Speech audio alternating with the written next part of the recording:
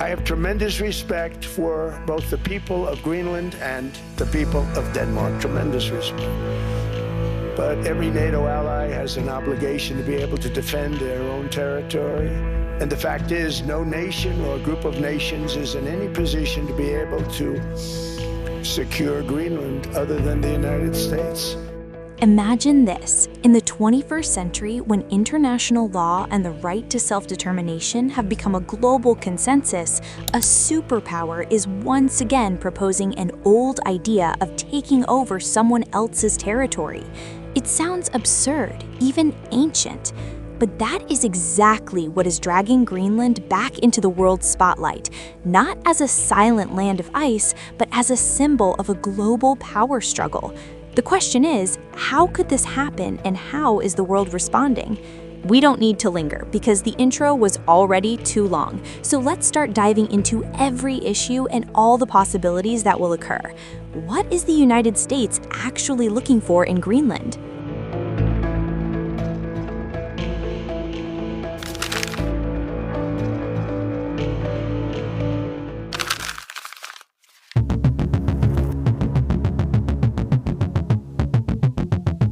To really get why the US wanting to acquire Greenland sparked such a political firestorm in Europe, we have to go back, way back, not just to the Cold War and not even to the 20th century. We need to look at the historical and legal foundation that shapes Greenland's position in the world today. Because let's be clear, Greenland isn't just some empty space without a history. It's not some neutral piece of land that can just be traded during a meeting between superpowers. It's a living space with a long colonial history, complex legal structures, and a political identity that is constantly evolving. Long before Greenland even appeared on a modern geopolitical map, this land was home to the Inuit people for thousands of years. They built social systems, economies, and a deep well of knowledge completely rooted in the Arctic. Their hunting methods, their sea ice navigation, even their spiritual connection to nature, it wasn't just survival. It was a reflection of a mature, sustainable, and sovereign civilization living on its own terms. Lasse Heinonen, in his book, The Arctic Yearbook, explains that the Inuit possess what's called indigenous ecological knowledge. This is the local wisdom that allowed them to thrive in one of the most extreme environments on Earth. And this fact is huge, because it proves that from the very beginning, Greenland was never no man's land. It was a social space organized by humans. But as Europe entered its era of global expansion, the logic of land ownership changed. It wasn't about who lived there anymore. It was about political claims and symbols of sovereignty. Greenland entered the European imagination through the Dano-Norwegian Union, especially in the 18th century. Erik Buechel and his colleagues in The Politics of Greenlandic Identity write that the missionary expedition led by Hans Egede in 1721 is often framed as a religious mission, but in reality, it was the doorway to colonialism. Through religion, trade, and administration, Denmark began planting a power structure that slowly pushed aside the social authority of the Inuit people. Over time, Denmark's presence hardened into a closed colonial system. Greenland was managed through a state trade monopoly. Foreign access was strictly limited, and every single policy was dictated from Copenhagen. The local people, they were treated as objects of development and modernization, not as political subjects with a voice. This colonization wasn't an overnight thing. It was a long, exhausting process of administrative and cultural suppression. Inuit identity was forced to negotiate with colonial identity, and from this point on, Greenland's history was framed by this tension between local life and the logic of a modern European state. But then the 20th century hit. Two world wars shook the very foundation of colonialism, giving birth to new norms about sovereignty, human rights, and the right to self-determination. Greenland, which had always been on the fringes of global attention, suddenly stepped into the spotlight. In her book, Greenlandic Autonomy and Independence, From Home Rule to Self-Government, Maria Akron explains that after World War II, Denmark faced massive political pressure to explain Greenland's status to the United Nations. As a colony, Greenland was at risk of being listed as a non-self-governing territory that had to undergo decolonization. To dodge that pressure, Denmark took a strategic move in 1953. Through a constitutional change, Greenland's colonial status was officially erased, and the territory was declared a constitutional part of the Danish state. But honestly, this change was more of a legal formality than a real shift in power. Why? Because even though it wasn't called a colony anymore, all the political decisions were still centralized in Denmark. The administrative elite, the economy, and public policy were still dominated by the center's interests. Maria Akron even points out in her book that the modernization Denmark pushed during this period was fast and totally top-down. European-style education and economic restructuring were forced through without actually considering local social and cultural structures. The result? A wave of social issues, from community dislocation to a full-blown identity crisis among the Greenlandic people. Within the framework of a modern state system, Greenland was stuck in an ambiguous position. Legally, it was part of Denmark, but socially and politically, it was still trapped in a completely lopsided power dynamic. It's this ambiguity that eventually sparked new political demands from the people of Greenland themselves. From the tension between formal status and reality, these demands started taking shape. Throughout the second half of the 20th century, autonomy movements began to emerge. These movements weren't always about wanting to break away. It was more about an effort to take back control over their daily lives and their own future.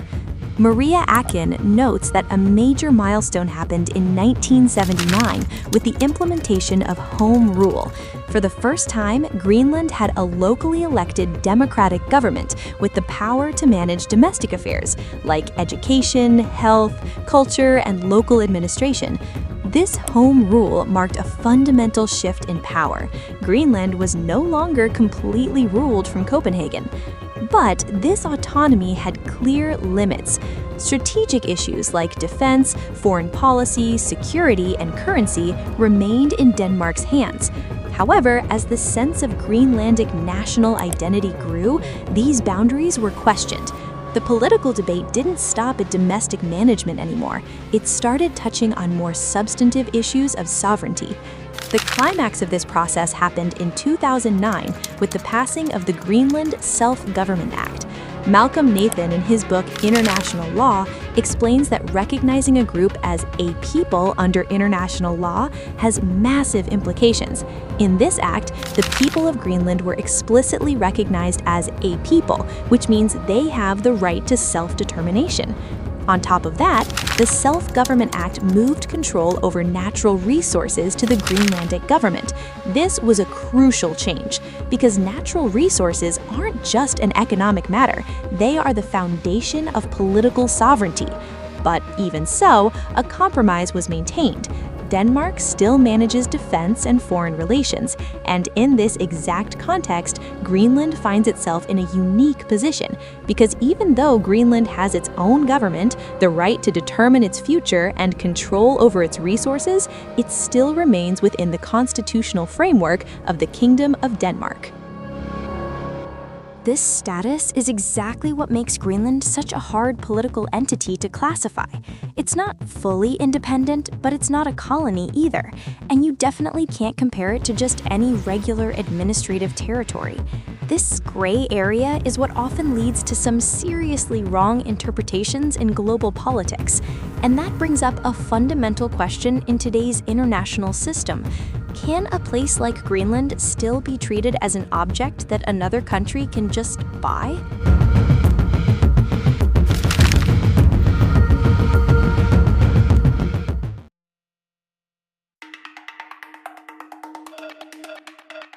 Well, according to modern international law, the answer is a hard no. Malcolm Shaw, in his book International Law, explains that buying and selling territories between nations is a relic of the 18th and 19th centuries. Back then, sovereignty was seen as something owned by kings or states, not the people. In that old system, land was treated like a transaction. Think the Louisiana Purchase, or when the US bought Alaska from Russia. But that whole paradigm shifted radically after World War II. The UN Charter locked in the principle of self-determination as a fundamental norm. This principle states that any territory inhabited by a nation cannot have its sovereignty transferred without the free consent of the people living there. In this context, Greenland's legal position is crystal clear. Greenland isn't empty land, it's not a territory without a soul, and it's definitely not a colony under the full thumb of a colonizing power.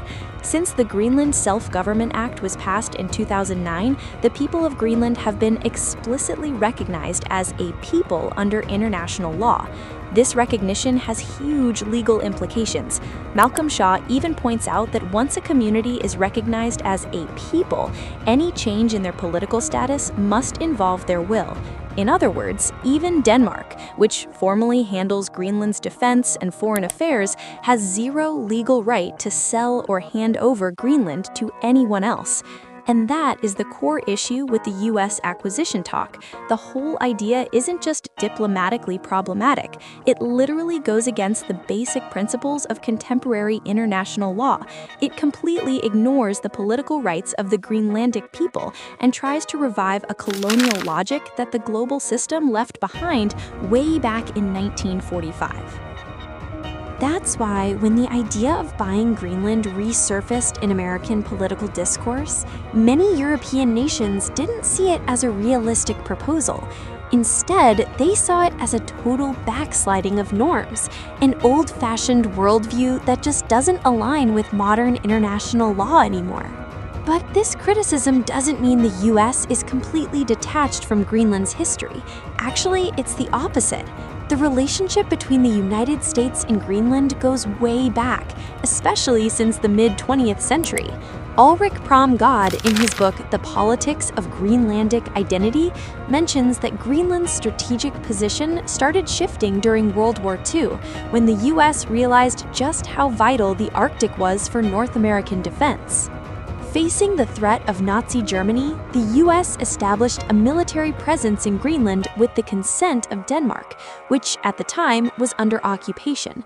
This relationship was formally institutionalized through the 1951 Defense Treaty between the US and Denmark. This treaty gave America the right to build, manage, and operate military bases in Greenland, including Thule Air Base, now known as Pitufik Space Base. But it's super important to highlight that America's presence in Greenland is based on treaties, not sovereignty. The US has never had a legal claim over Greenland's territory. All its military activities fall under the framework of permission and cooperation with Denmark, and more recently, with the autonomous government of Greenland. History shows that the US has actually considered buying Greenland several times. Maria Akron, in her book Greenlandic Autonomy and Independence, notes that this discourse popped up at least in 1867, then in 1946, and resurfaced again in the 21st century.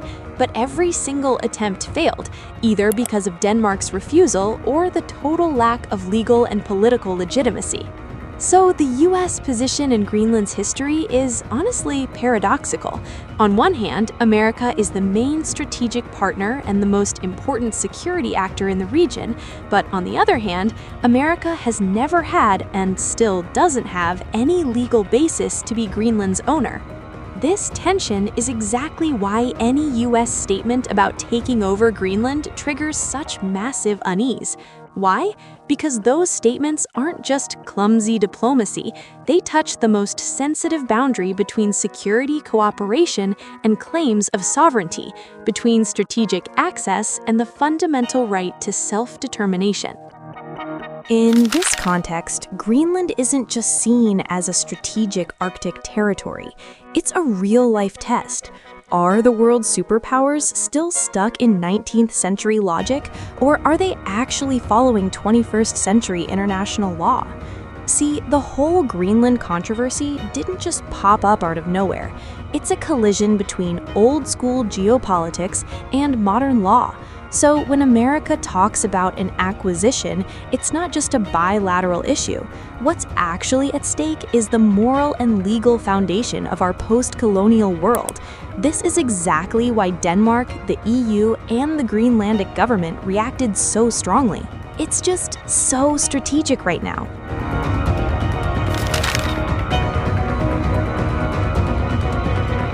Strategic. Right now, Greenland is covered with Russian and Chinese ships all over the place.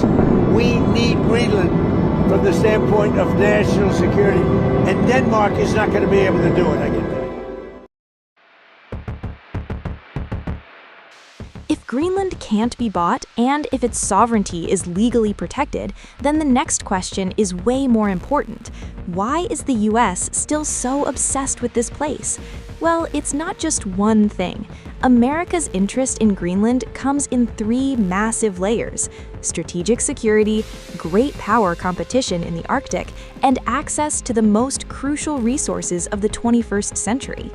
Greenland isn't the finish line, it's the key node in a much bigger global map. That's why it keeps showing up in Washington's plans, even if, legally, it's not something you can just trade like a commodity. This tension between what's allowed and what's wanted is what makes Greenland so sensitive in politics today. And honestly, this sensitivity isn't new. Since the mid-20th century, Greenland has been a literal anchor for North American defense. It all started during World War II. When Nazi Germany occupied Denmark in 1940, the US stepped in, with permission, to take over Greenland's defense. This was later made official in the 1951 Defense Agreement. It gave the US the right to build and run military bases there, including the Thule Air Base, which remains the ultimate symbol of American security in the region. James Kraska, in his book Arctic Security in the Age of Climate Change, explains that Thule Air Base isn't just some random overseas base. It's actually an integral part of the US early warning system against intercontinental ballistic missiles. See, Greenland's geographic location, right between North America and Eurasia, makes it the shortest path for a missile flying from Russia to the US.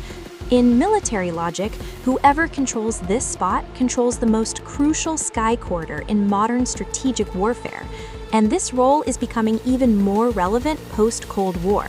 Even though the global nuclear threat kind of cooled down in the 90s, Russia's comeback as a military power has brought Greenland's significance right back to life. James Stavridis, the former Supreme Allied Commander of NATO, even described Greenland as an absolute linchpin. The radar systems and sensors here are basically the eyes and ears of the US, detecting potential strategic attacks from the Arctic. In other words, Greenland isn't just some remote, cold, empty place. It's a core component of US territorial defense itself. That's why Washington's interest in Greenland is structural and long-term. It's not just a temporary political move. As the environment changes and global power shifts, Greenland's security can't just be seen as a simple deal between the US and Denmark anymore. This region is now part of a much bigger geopolitical landscape, where the Arctic is slowly turning into a playground for superpower competition.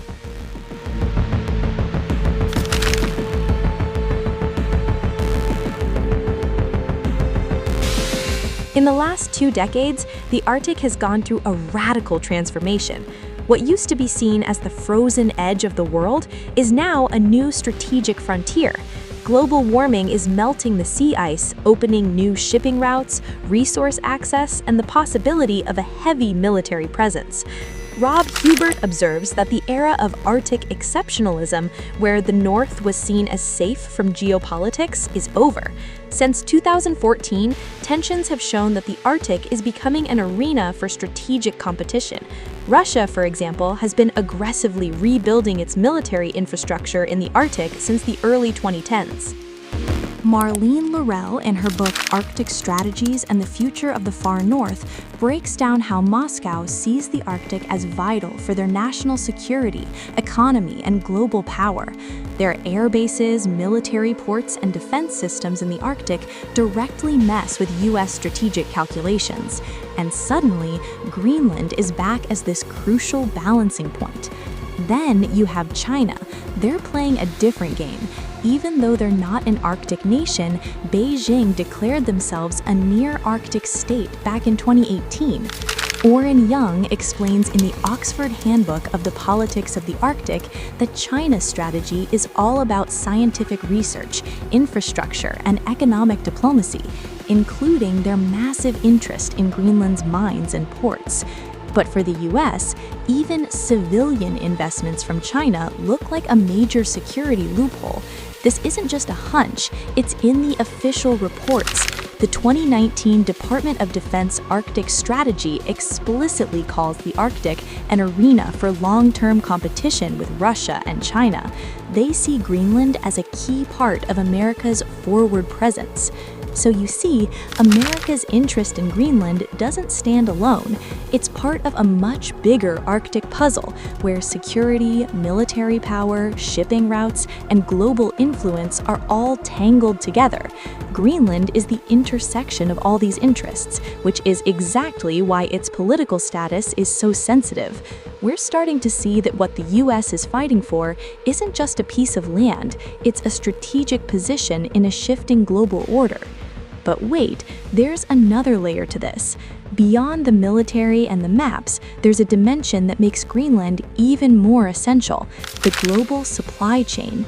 In our fragile, post-globalization world, a country's power isn't just measured by its military, it's measured by its ability to secure the raw materials for industry and tech. And Greenland? It's sitting on a gold mine. Martin Breum, in his book Crust, tells the astonishing story of this new quest for the North. He explains that Greenland holds massive reserves of strategic minerals like rare earth elements, uranium, zinc, and iron. These aren't just everyday commodities, they are the literal foundation of modern tech, from EV batteries and wind turbines to advanced weapons systems. This is exactly why Greenland's resources can't be separated from the global dependency we're seeing right now, especially in the strategic mineral supply chain. Honestly, the US being so dependent on rare earth imports from China is a huge reason why Washington is eyeing Greenland so hard. Julie Michelle Klinger, in her book Rare Earth Frontiers, points out that China's dominance in REE processing has created a major strategic vulnerability for Western countries. In this context, Greenland is seen as a potential alternative to diversify that supply. And look, this isn't just speculation. America's interest in Greenland's mining projects is literally all over their policy documents.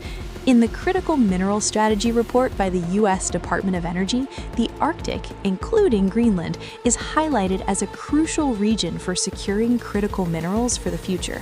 This interest is long-term, and it's directly linked to the energy transition, green industrialization, and national security.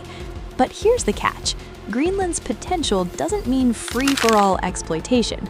Since the Self-Government Act, the Greenlandic government has been strictly regulating the mining sector, weighing the environmental, social, and political impacts. This puts U.S. interests in a complicated spot.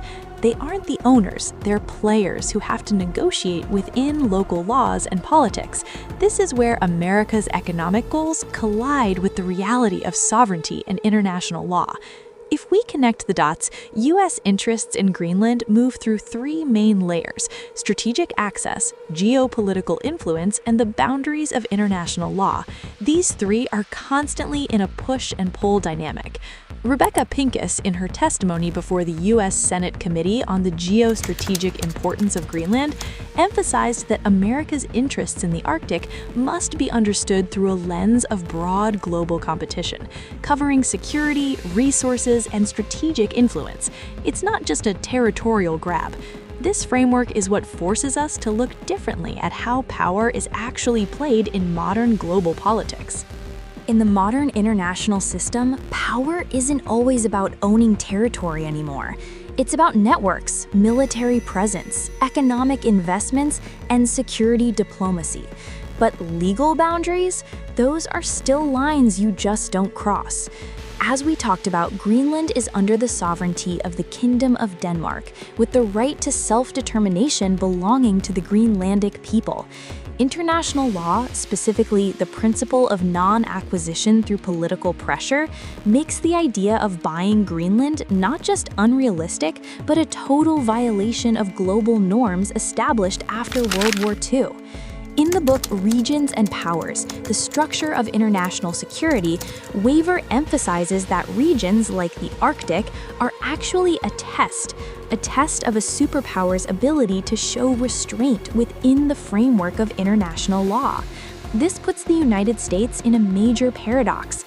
They claim to be the guardians of the international liberal order, yet they have these huge interests in Greenland that are literally restricted by the very norms they helped build. This is exactly why the response from the EU, and especially Denmark, was so intense. It's not just about political emotions, it's about protecting legal and political precedents. Because if Greenland is up for sale, then the whole principle of sovereignty and self-determination becomes incredibly fragile. So America's interest in Greenland was never really about ownership. It's about securing access without crossing the line, expanding influence without breaking the law, and holding a strategic position as the Arctic's geopolitics shift faster than ever. It's within this tension that Greenland transformed from a remote island into one of the most sensitive spots in global politics today.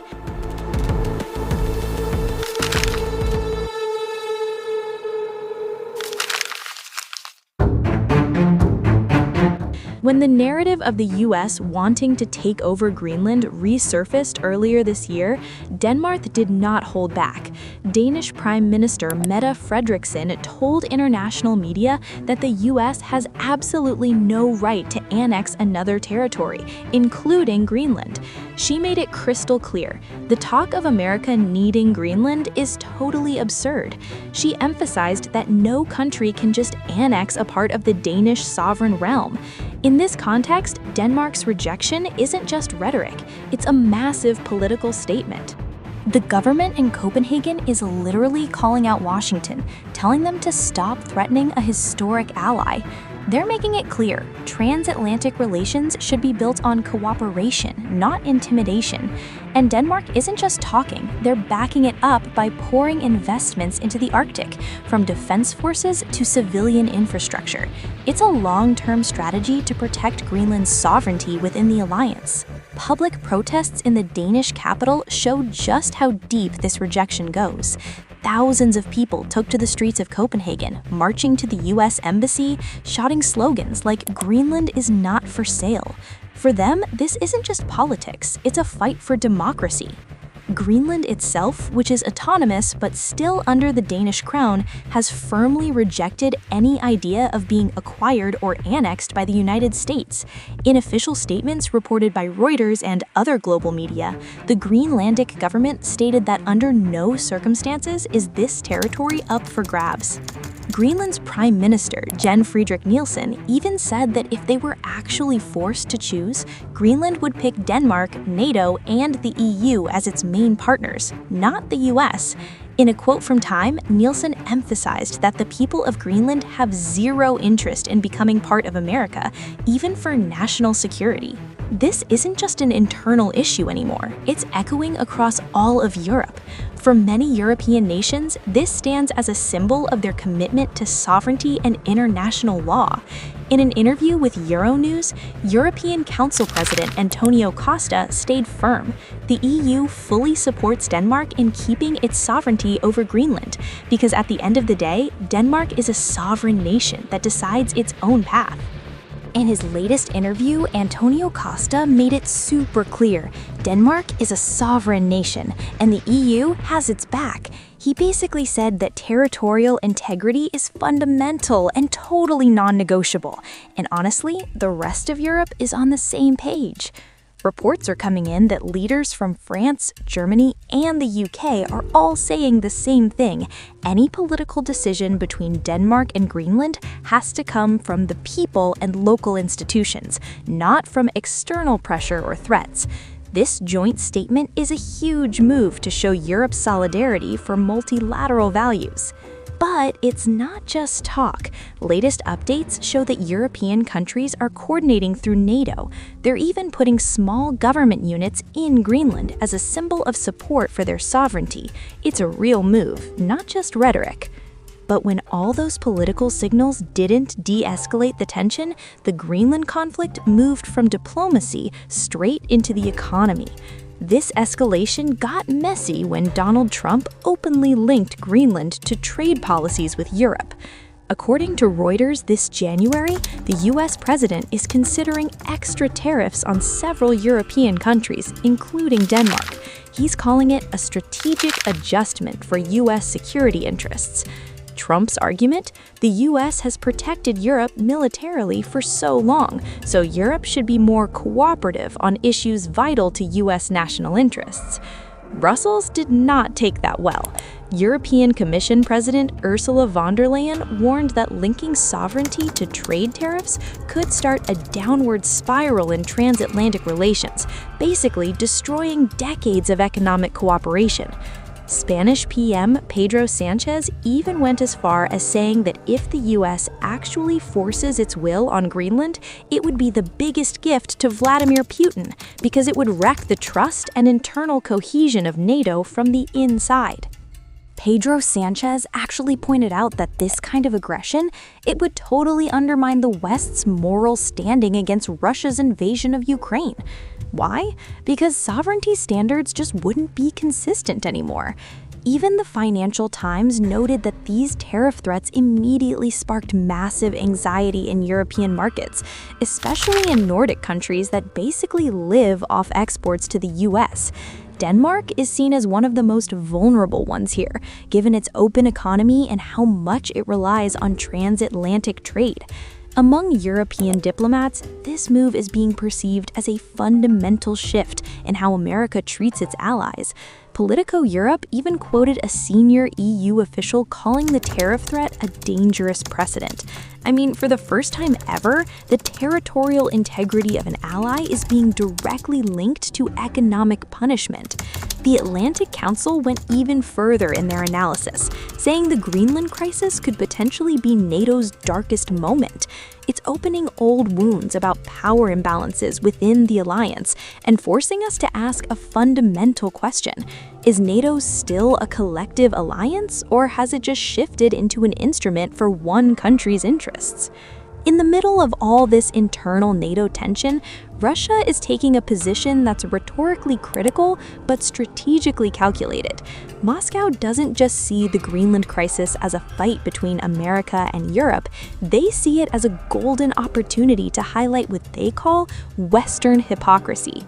When it comes to sovereignty and international law, Russian media and officials are literally mocking the situation. The Moscow Times reported how Russia's official narrative paints the US as a power that demands respect for Ukraine's borders, while simultaneously threatening the sovereignty of its own allies. Russian media is highlighting that if the West justifies this, their moral argument against Russia loses all legitimacy.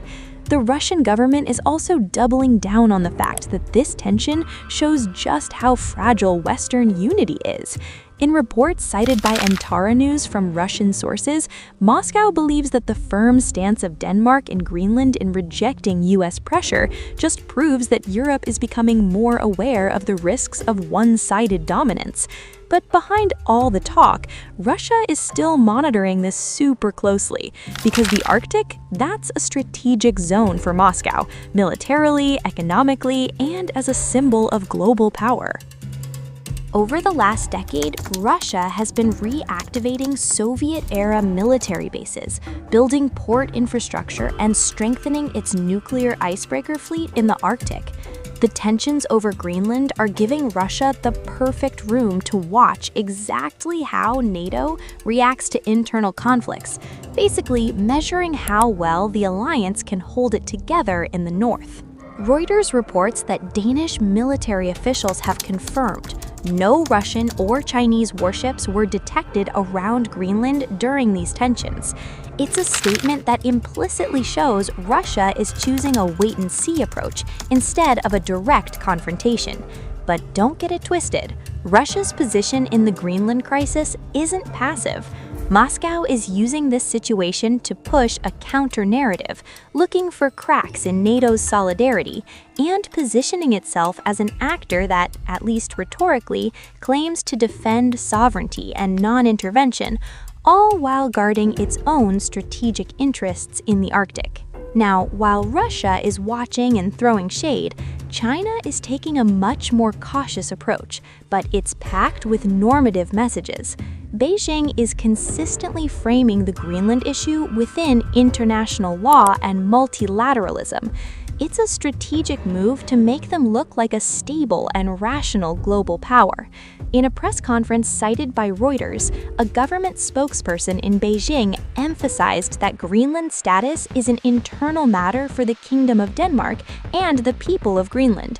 They insisted it must be settled based on the UN Charter, specifically sovereignty and the right to self-determination. We can see here that China is explicitly rejecting any form of unilateral claims or political pressure that could mess with the Arctic stability. And this statement is huge because it's coming from a country that's been getting way more active in the Arctic lately. Since releasing China's Arctic policy in 2018, Beijing has called itself a near-Arctic state and has been deeply involved in scientific research, shipping, and resource investments across the region. But in Greenland's case, Beijing is choosing to stay low-key. They're avoiding any open maneuvers. An analysis from the South China Morning Post shows that China's stance isn't just about legal idealism, it's a pure strategic calculation. By rejecting America's coercive approach, Beijing is trying to position itself as a supporter of a rules-based international order. Plus, they get to avoid a direct escalation with NATO in the Arctic. In a bigger context, this reflects China's long-term strategy. They're using the West's internal drama to push a narrative that a multipolar world needs shared rules, not just one superpower calling the shots. And this is where it gets deep. Greenland isn't just a piece of land or a pawn in some big power game. It's becoming a mirror of our changing world, a world where the line between security and coercion, between cooperation and dominance, is getting seriously blurry. What's at stake in Greenland isn't just the Arctic territory, it's the future of the entire international order. Like, are we moving toward a world where pressure politics is the new normal? Or are we sticking to the principle that land and people aren't just strategic commodities? As the Arctic ice continues to melt, one thing is becoming crystal clear.